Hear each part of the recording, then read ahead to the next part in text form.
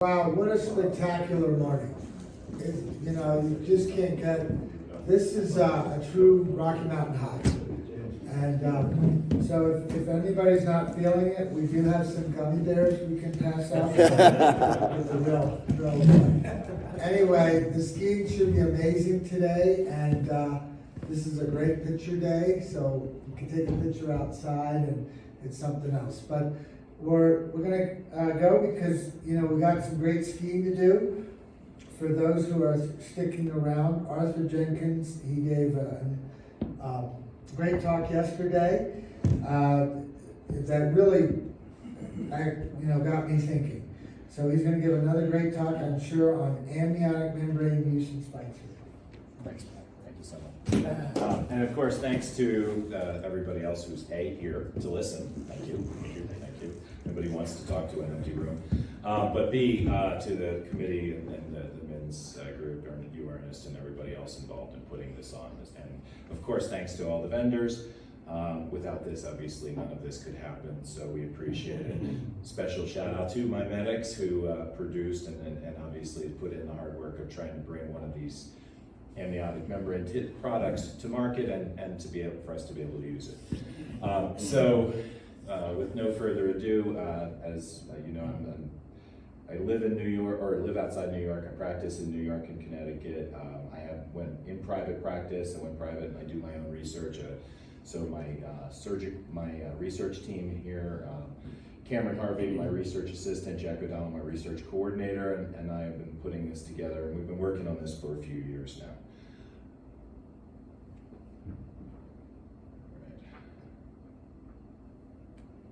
So disclosures, no material disclosures with regards to this particular talk, although I do have a patent pending on a dural replacement, dural patch material, but that also hasn't been issued yet, so it's just a thought.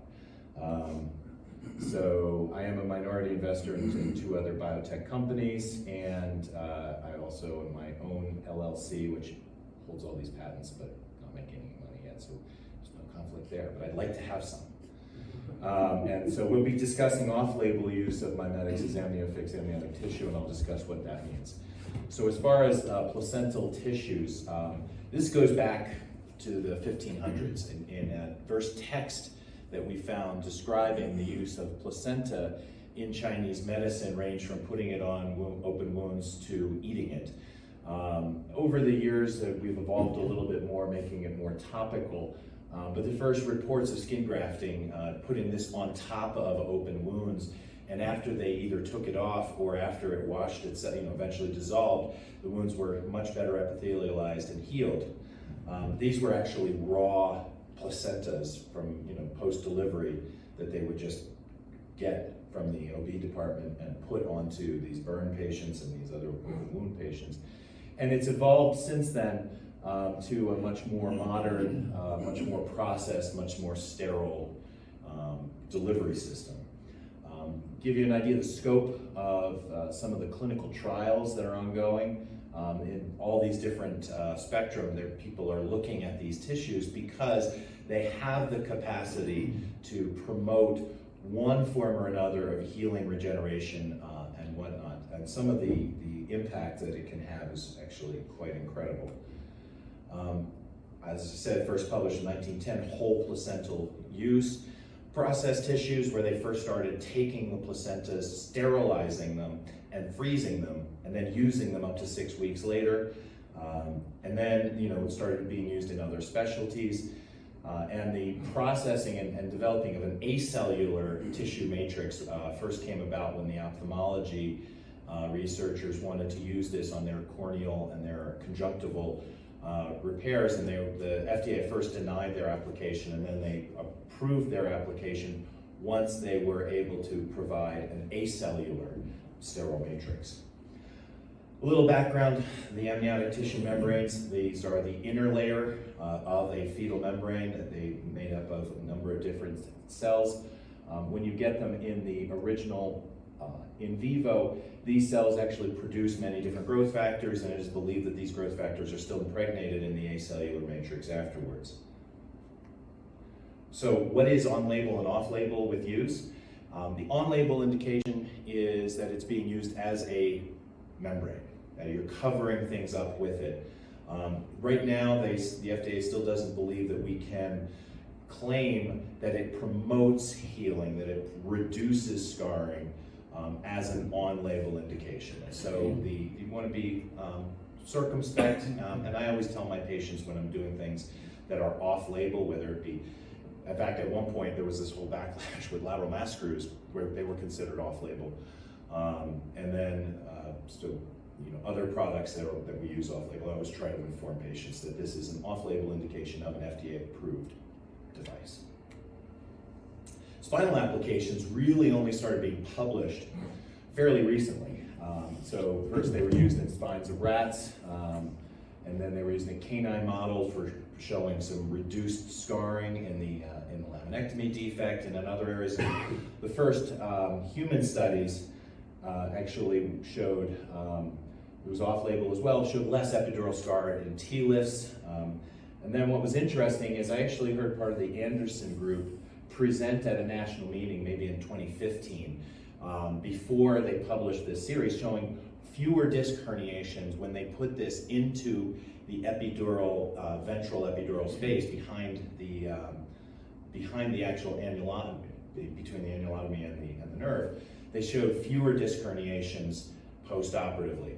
Well, who doesn't want to hear more about that? Of course, that's also off-label. And then intradural uses were first described in literature in 2018, but by then my group had actually already started looking into this. So we started doing this in 2016, and this is, we started using them in intradural detethering procedures and actually went to primary procedures such as intradural tumors where we would want to avoid retethering later. We were using the mimetics amniofix tissue. This was off-label for its use. And for most of them, we put it intradurally, but one would put it epidurally. It was a broad spectrum of patients, mostly male, reasonable, US BMIs, 28 or so. And we looked at the number of pre and post-operative factors. This was more of a safety trial. We're just looking at, does it work? Is it safe to use it, and could it work? And we did it throughout the entire spine, and the majority were, more than 50% were in detethering procedures, and the other 8 were not. So they did a number of different types of procedures, and we also used other implants sometimes at the same time to, so we're looking for were there any interactions with any other materials. Most of the complications were unrelated. All the complications were unrelated to the use of the membrane. The drop in intraoperative motor potentials was before we put in the membrane. And then post-operatively, we looked at how well they did. We're looking to see one, did we reduce the incidence of retethering or of primary tethering in some of these patients? We had a mean follow-up of about 3 years for the dethetherings and about 2.5 years overall. Nice to see most of the patients did well in terms of treating their original preoperative pain. And then in the detethering cases, although 6 patients went on to have non-detethering related surgeries later on, whether they got a thoracic disc or developed a junctional problem. 2 did wind up going back to get re-detethered. Interestingly enough, one of them was somebody who had already had 2 dethetherings prior to this. And so we were actually looking, he was his own control. And his retethering period actually got spread out. He was retethering within 9 months of his second detethering, his third detethering procedure was 9 months after his second. And that was when we used the amniotic tissue membrane. And then he didn't get reoperated on for about 1.5 years. None of the tumor cases, but there were only 8 of them, were taken back for any detethering. And so we're still following these patients to see how they do. So we used the amniotic tissue membrane to see if it could do any of these things. And there may be a decrease in the retethering rates for some of the more complicated patients. Part of the issue here is that detethering rates in the literature are kind of the whole spectrum. You know, there are some people say there's a retethering rate of about 2% here, and other people say it can be as high as 50% of your patients retether by 18 years. And so when I speak to some of my colleagues who do detethering procedures, they often say, yeah, you're cutting the scar, but unless you remove the scar, the ability to rescar, you can't really change the underlying biology. So we see that both with the other reports and with ours that they seem to be safe to use both epidurally and intradurally. That it may offer an extra internal layer, such as, because none of the patients wound up having any CSF leaks, that it may facilitate the healing of the dura, much like an artificial arachnoid. And it may offer some improvement in delayed retethering. There certainly doesn't appear to be any increase in the rate of retethering by putting this membrane into the spine. But we clearly would like to get more data and look at maybe even a multi-centered randomized trial to see whether it has any efficacy. Here's a short list of some of my references. Any questions? Yeah, Arthur. So, regenerative medicine, as you know, is this huge field. That's why we've been, working now with the Institute for Regenerative Medicine at OU. My question is, how do you think this is working? So, from a biologic standpoint. Right. So from a biological point of view, we know that it's being used in other fields. It's being used in general surgery and GYN surgery, pelvic surgery, to prevent re-adhesions. It's been shown in a lot of studies. There's a whole review of its use in these fields, that it is used for lysis of adhesion cases, reduces the incidence of the recurrence of adhesion, intra-abdominal adhesions. My theory was that by promoting a more healing surface, the impregnated trophic factors promote a more stable healing of the dural surface or the peel surface, depending on which end it's in contact with, to prevent scarring and adhesions between it.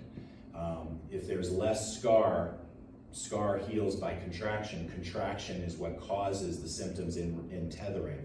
If patients had tethering, intradural tethering, and no symptoms whatsoever, we wouldn't care. We wouldn't even notice it. It wouldn't get on our radar. But because over time, as the scar remodels, it shrinks and pulls the tissue back, I'm actually pretty convinced that a lot of syringomyelia formation is from the external, the pia to dura at scarring and adhesion that essentially is pulling the cord apart.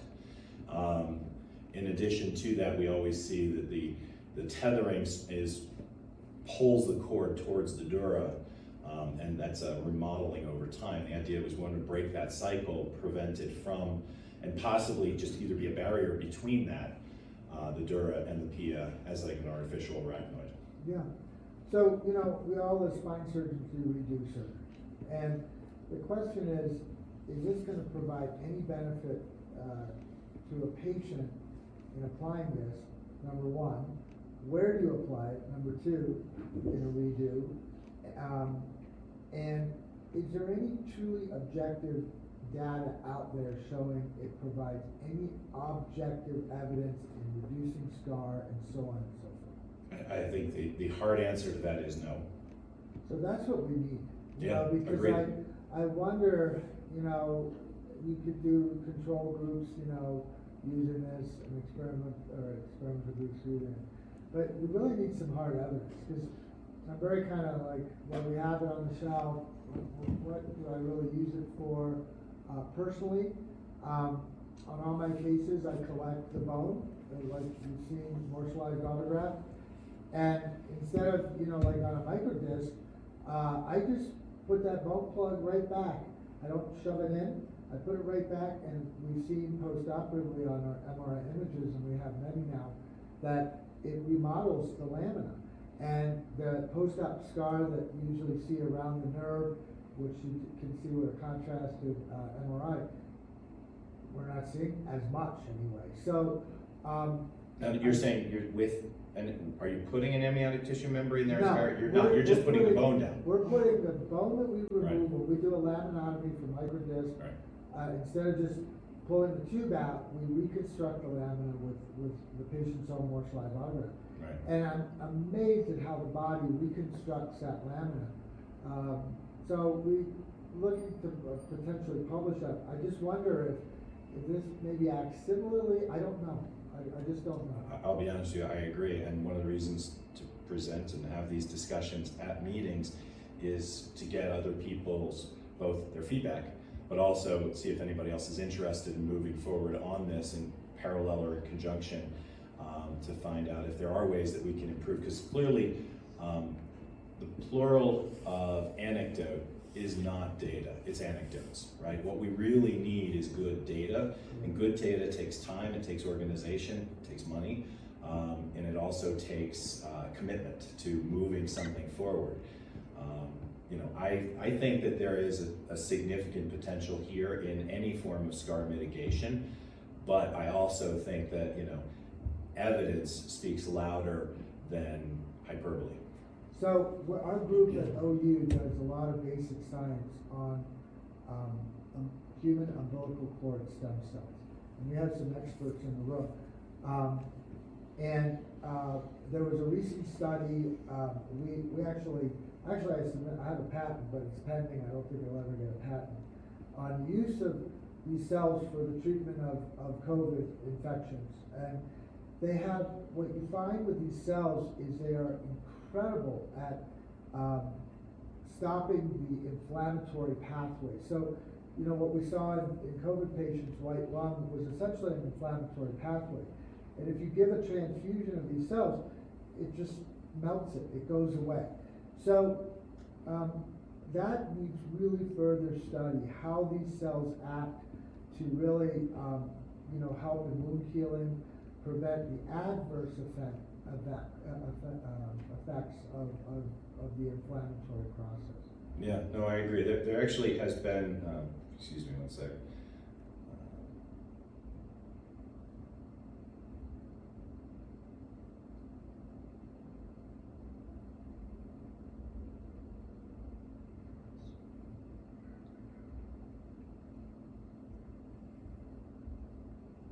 There's been a lot of research on use of placental amniotic stem cell interactions with different organ systems, ranging from, you know, the pulmonary system to others. And so obviously the goal here is to make sure that we communicate with those who are doing this research in other fields.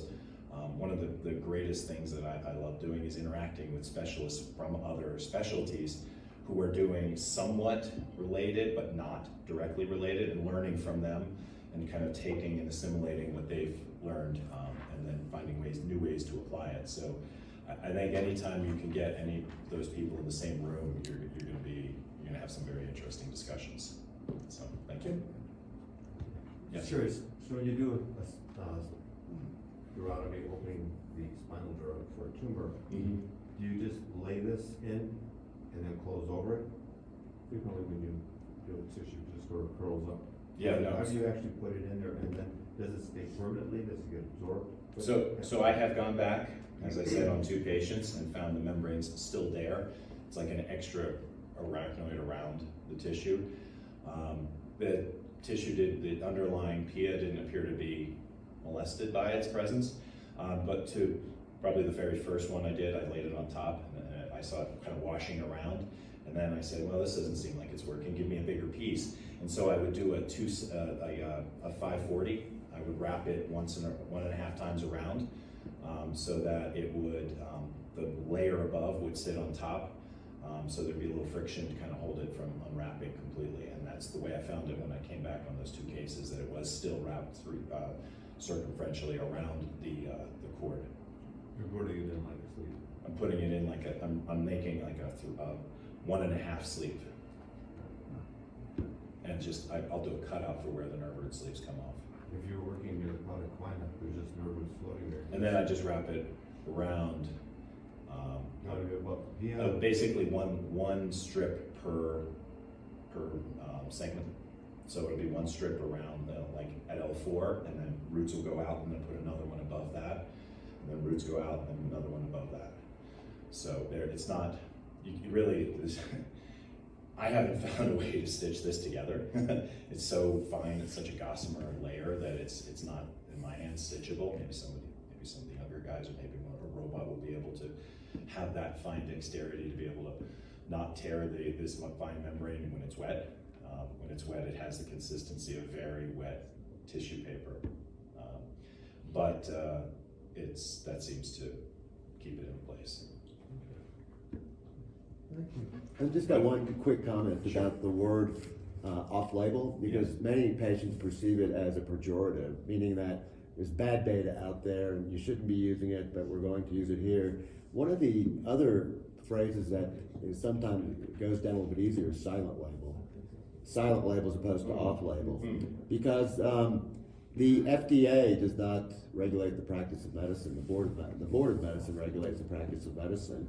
The FDA just needs a device company or a drug company to submit an application so you can promote your product and market it in interstate commerce. And most patients don't know the difference between that. I guess I could use the non-homologous term they have here, but I think that might even confuse what the heck's a homologous? Yeah, exactly. Anyway, silent label just means that nobody's looked. You know, Okay. You just haven't looked. Anyway, food for thought. Yeah, I don't know. I haven't really found any patients that have ever pushed back on me. I just very open. I say it's FDA approved. It's out there. It's safe. It's been deemed safe for use in humans, and you know, I discuss whatever the off-label and any recommendations they are, and they seem to be very understanding that, you know, they appreciative that I'm looking at things and expanding its use. But for example, you know, they say BMP is used 10 times as much off-label as it is on-label. So Yeah, and it's you know, antibiotics in the pediatric population is all off-label, right, or mostly off-label. right. Not always, because it was never indicated for that target population. Great. Well, thank you everyone, and thank you for your attention.